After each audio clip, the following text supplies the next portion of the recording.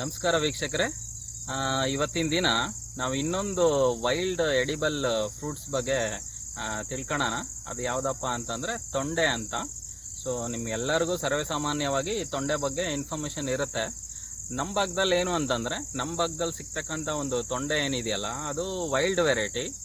ನಮ್ಮಲ್ಲಿ ಅದರ ಒಂದು ಏನು ವೆಜಿಟೇಬಲ್ ಆಗಿ ಯೂಸ್ ಮಾಡೋ ಅಂಥ ಪದ್ಧತಿ ಇದೆಯಲ್ಲ, ಅಥವಾ ಈ ಮಲೆನಾಡಲ್ಲೆಲ್ಲ ಏನು ಮಾಡ್ತಾರೆ ಅಂದರೆ ಒಂದು ವೆಜಿಟೇಬಲ್ ಆಗಿ ಅದನ್ನು ಬಳಸ್ತಾರೆ. ನಮ್ಮ ಭಾಗದಲ್ಲಿ ತೊಂಡೆ ಹಣ್ಣನ್ನು ಆ ರೀತಿಯಾಗಿ ಬಳಸಿರ್ತಕ್ಕಂಥ ಯಾವುದೇ ಅಭ್ಯಾಸಗಳು ನಮ್ಮಲ್ಲಿ ಇಲ್ಲ, ನಮ್ಮ ಭಾಗದಲ್ಲಿ ಇಲ್ಲ.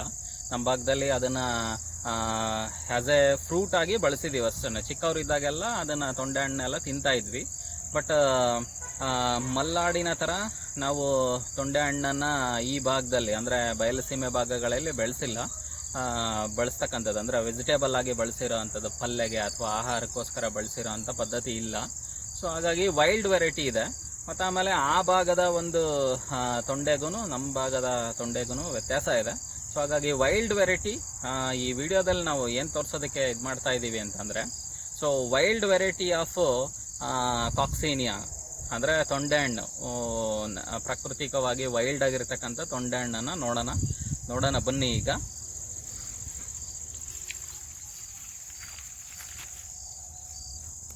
ನೋಡಿ ವೀಕ್ಷಕರೇ, ಇದು ಬಳ್ಳಿ, ಇದು ಈ ಮರಕ್ಕೆ ಹಬ್ಕೊಂಡಿದೆ. ಸೊ ಇದರ ಎಲೆಗಳದು ತೊಂಡೆ ಎಲೆಗಳು. ನಾವು ಈ ಎಲೆಗಳನ್ನೆಲ್ಲ ನಾವೇನು ಮಾಡ್ತಿದ್ವಿ ಅಂದರೆ, ಹೈಸ್ಕೂಲಲ್ಲಿ ಮಿಡ್ಲ್ ಸ್ಕೂಲಲ್ಲೆಲ್ಲ ಓದ್ತಾ ಇರ್ಬೇಕಾರ ಈ ಎಲೆಗಳನ್ನೆಲ್ಲ ಕಿತ್ಕೊಂಡು ಹೋಗಿ ಬ್ಲ್ಯಾಕ್ ಬೋರ್ಡಿಗೆ ಅಂಟಿಸೋದಕ್ಕೆ, ಅಂದರೆ ಇದ್ರ ಜೊತೆಗೆ ಇದ್ಲನ್ನು ಸೇರಿಸ್ಬಿಟ್ಟು ಏನು ಮಾಡ್ತಾಯಿದ್ವಿ ನಾವು, ಬ್ಲ್ಯಾಕ್ ಬೋರ್ಡಿಗೆ ಹಚ್ತಾ ಇದ್ವಿ.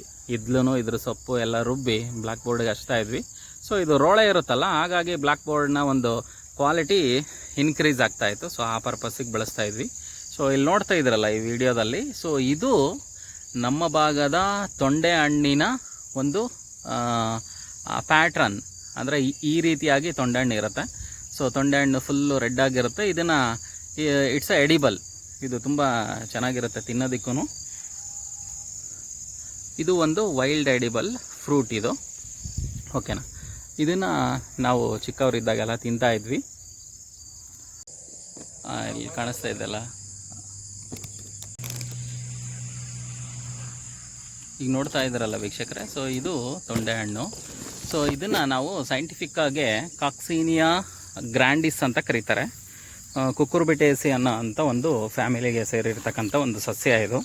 ಇದ್ರ ಕಲರು ತುಂಬ ಬ್ಯೂಟಿಫುಲ್ ಆಗಿರೋವಂಥ ಕಲರ್ ಇದೆ ಇದು, ಓಕೆನಾ. ತುಂಬ ಚೆನ್ನಾಗಿರೋವಂಥದ್ದು. ನಾವಿಲ್ಲೇ ಒಂದು ತೋಟದಲ್ಲಿ ಬಂದಿದ್ವಿ. ಇದು ಮೂಸಂಬೆ ತೋಟ, ಇದು ನಮ್ಮ ಫ್ರೆಂಡ್ ಅವ್ರದ್ದು. ನೋಡ್ರಿ, ಆ ಗಿಡಗಳ ಮೇಲೆಲ್ಲ ಬಂದಿದೆ. ಹಾಗಾಗಿ ಇದ್ರದ್ದೊಂದು ವಿಡಿಯೋ ಮಾಡಿ ಇದ್ರ ಮಾಹಿತಿಯನ್ನು ಕೊಡೋ ಅಂಥ ಒಂದು ಪ್ರಯತ್ನ ಇದು.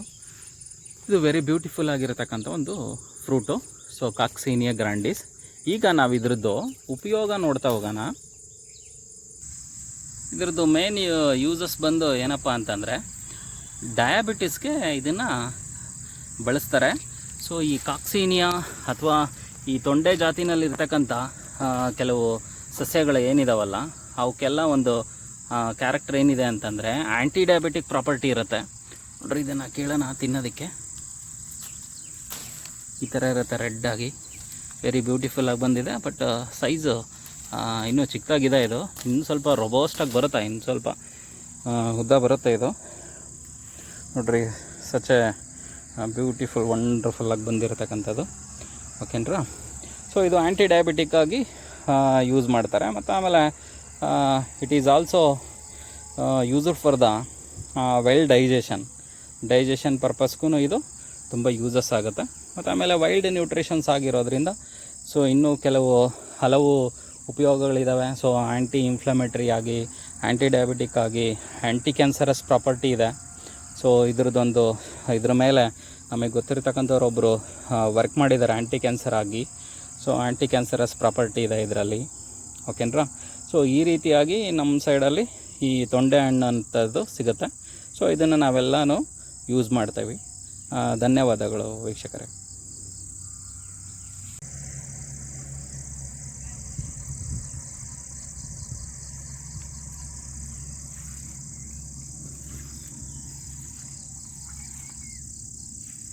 ತೋರಿಸ್ರಿ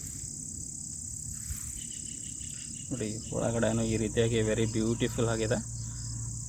ಸೊ ಮೇಲ್ಗಡೆ ತುಂಬಲ್ಲಿ ಮಾತ್ರ ಗ್ರೀನ್ ಇರುತ್ತೆ, ಇದೆಲ್ಲನೂ ಫುಲ್ ರೆಡ್ ಕಲರ್ ಇರುತ್ತೆ.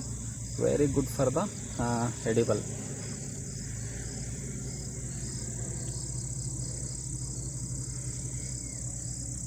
ನಮ್ಮಲ್ಲೆಲ್ಲ ಇದು ಕಲ್ಟಿವೇಷನ್ ಇಲ್ಲ, ಕಳ್ಳೆಗಳನ್ನೆಲ್ಲ ವೈಲ್ಡಲ್ಲಿ ಇರುತ್ತೆ. ಸೊ ಹಾಗಾಗಿ ಇದು ಸ್ವಲ್ಪ ಕಷ್ಟ, ವಿಡಿಯೋ ಮಾಡೋದಕ್ಕೂ ಕಷ್ಟ ಆಗ್ತಾಯಿದೆ. ಸೊ ಈಗ ನಾವು ಸೈಂಟಿಫಿಕ್ಕಾಗಿ ಹೇಳ್ಬೇಕಂದ್ರೆ, ಸೊ ದಿಸ್ ಈಸ್ ದ ಕಾಕ್ಸಿನಿಯಾ ಗ್ರ್ಯಾಂಡಿಸ್ ಅಥವಾ ಕಾಕ್ಸಿನಿಯಾ ಇಂಡಿಕಾ ಅಂತ ಇದ್ರ ಹೆಸರು. ಸೊ ತೊಂಡೆ, ಇದರಲ್ಲಿ ಒಂದು ಕಾಮನ್ ಕ್ಯಾರೆಕ್ಟರ್ ಏನಪ್ಪ ಅಂತಂದರೆ, ಈ ಗಿಡದಲ್ಲಿ ಇವೆಲ್ಲನೂ ಆಲ್ಮೋಸ್ಟ್ ಆಲ್ ಎಲ್ಲ ಬಳ್ಳಿಗಳಿವು. ಕುಕ್ಕುರ್ಬಿಟೇಸಿ ಅನ್ನೋ ಒಂದು ಫ್ಯಾಮಿಲಿನಲ್ಲಿ ಇದು ಬರುತ್ತೆ. ಸೊ ಇವೆಲ್ಲನೂ ಏನಪ್ಪ ಅಂತಂದರೆ ಬಳ್ಳಿಗಳು. ಈ ಬಳ್ಳಿನಲ್ಲಿರ್ತಕ್ಕಂಥ, ಈ ಫ್ಯಾಮಿಲಿನಲ್ಲಿರ್ತಕ್ಕಂಥ ಎಲ್ಲ ಗಿಡಗಳು, ಬಳ್ಳಿಗಳು ಆಲ್ಮೋಸ್ಟ್ ಆಲು ಎಲ್ಲ ಏನು ಅಂತಂದರೆ ಲೀಫಿ ವೆಜಿಟೇಬಲ್ಸ್ ಆಗಿ ಯೂಸ್ ಮಾಡ್ತಾರೆ ಇದನ್ನು. ಸೊ ಫಾರ್ ಎಕ್ಸಾಂಪಲ್ಲು ಹೀರೆಕಾಯಿ ಇದೆ, ತೊಂಡೆಕಾಯಿ ಇದೆ, ಬುಡುಮೆಕಾಯಿ ಇದೆ, ಸೌತೆಕಾಯಿ ಇದೆ, ಮತ್ತು ಆಮೇಲೆ ಪುಂಗಿಕಾಯಿ ಇದೆ, ಪಡವಲಕಾಯಿ ಇದೆ, ಪಟ್ಲಕಾಯಿ ಇದೆ, ಹಾಗಲಕಾಯಿ ಇದೆ, ಮತ್ತು ಕಾರ್ಚಿಕಾಯಿ ಇದೆ, ಮತ್ತು ಆಮೇಲೆ ಕುಂಬಳಕಾಯಿ, ವಾಟರ್ ಮೆಲನು, ಮತ್ತು ಆಮೇಲೆ ಕರ್ಬೂಜ, ಕಲ್ಲಂಗಡಿ, ಮತ್ತು ಆಮೇಲೆ ಸೋರೆಕಾಯಿ, ಪಡವಲಕಾಯಿ, ಪಟ್ಲಕಾಯಿ, ಮತ್ತು ಆಮೇಲೆ ಬೂದುಗುಂಬಳಕಾಯಿ, ಮತ್ತು ಆಮೇಲೆ ಇದರಲ್ಲಿ ಮೆಡಿಸ್ನಲ್ಲಿ ಇರೋವಂಥದ್ದು ದೊಡ್ಡ ಕಾಯಿ ಅಂತ ಒಂದು ಬರುತ್ತೆ. ಮತ್ತು ಆಮೇಲೆ ಇನ್ನೊಂದು ಬುಡುಮೆಕಾಯಿ ಅಂತ ಬರುತ್ತೆ. ಮತ್ತು ಆಮೇಲೆ ಇನ್ನೊಂದು ಬಂದ್ಬಿಟ್ಟು ಏನಪ್ಪ ಅಂತಂದರೆ, ಈ ಉಗುರು ಸುತ್ತಾದಾಗ ಅದ್ರ ಕಾಯಿನ ತೊಗೊಂಡು ಉಗುರು ಸುತ್ತಿಗೆ ನಾವು ಓವರ್ಲ್ಯಾಪ್ ಮಾಡ್ತೀವಿ. ಸೊ ಆ ಥರದ್ದೊಂದು ಕಾಯಿ ಇದೆ. ಸೊ ಅದೊಂದು. ಮತ್ತು ಈ ನಾರ್ತ್ ಕರ್ನಾಟಕದಲ್ಲಿ ಕಾರ್ಚಿಕಾಯಿ ಅಂತ ಒಂದು ಬಳಸ್ತಾರೆ. ಸೊ ಅದು ಇದೇ ಫ್ಯಾಮಿಲಿನಲ್ಲಿ ಬರ್ತಕ್ಕಂಥ ಮೆಂಬರ್ಸು. ಸೊ ಇವೆಲ್ಲದರಲ್ಲೂ ಒಂದು ಕ್ಯಾರೆಕ್ಟರ್ ಏನಿದೆ ಅಂತಂದರೆ, ಆ ಕ್ಯಾರೆಕ್ಟರ್ ಏನಪ್ಪ ಅಂತಂದರೆ ಇದ್ರದ್ದು, ಸೊ ಡಯಾಬಿಟಿಸ್ಗೆ ಆ್ಯಂಟಿ ಡಯಾಬಿಟಿಕ್ ಪ್ರಾಪರ್ಟೀಸ್ ಇದೆ. ಮತ್ತು ಇವೆಲ್ಲನೂ ವೈಲ್ಡ್ ಎಡಿಬಲ್ ಫ್ರೂಟ್ಸು. ಈ ಆಯುರ್ವೇದ ಸಿಸ್ಟಮ್ ಪ್ರಕಾರನೂ ಡಯಾಬಿಟಿಸ್ಗೆ ಯೂಸ್ ಮಾಡ್ಬೋದು. ಮತ್ತು ಆಮೇಲೆ ಇದ್ರ ಮೇಲೆ ರಿಸರ್ಚ್ ಮಾಡಿದ ಮೇಲೂ ಆ್ಯಂಟಿ ಡಯಾಬಿಟಿಕ್ ಪ್ರಾಪರ್ಟಿ ಇದೆ ಅಂತ ಗೊತ್ತಾಗಿದೆ. ಮತ್ತು ಆಮೇಲೆ ಇದ್ರದ್ದು ಇನ್ನೊಂದು ವಿಚಾರ ಏನು ಅಂತಂದರೆ, ಸೊ ಇದು